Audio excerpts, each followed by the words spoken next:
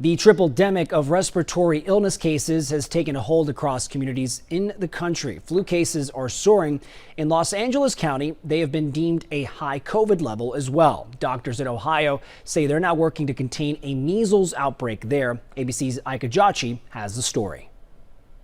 Our hospital is full, our ICU is full, and that is scary because we know that there are sick kids out there. The so-called triple-demic is hammering hospitals across the country. Rising rates of COVID-19, flu, and other respiratory viruses flooding hospitals with sick children. Our pediatric floors and our ICUs have been full all across the country and in Los Angeles. In Los Angeles County, new cases of COVID-19 have risen 40% in just 1 week.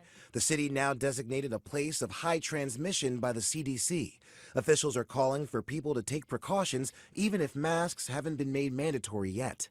We do appreciate that more people are masking indoors and using strategies such as testing and staying home when they're sick.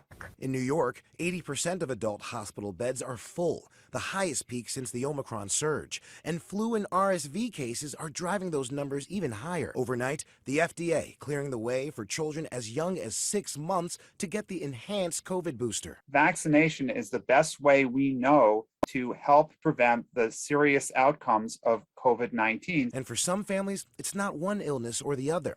Eliana James was rushed to the hospital this week after breaking out in a 104-degree fever. In the middle of nowhere on the side of the road and your daughter's having a seizure, not knowing what to do. She was diagnosed with both COVID-19 and RSV and spent 4 days in the hospital. What about if her fever spikes up again and she goes into another seizure or she gets sicker? For parents in Ohio, there's a fourth growing threat: measles. Officials say at least 63 children are being treated for the virus, with more than 24 in the hospital.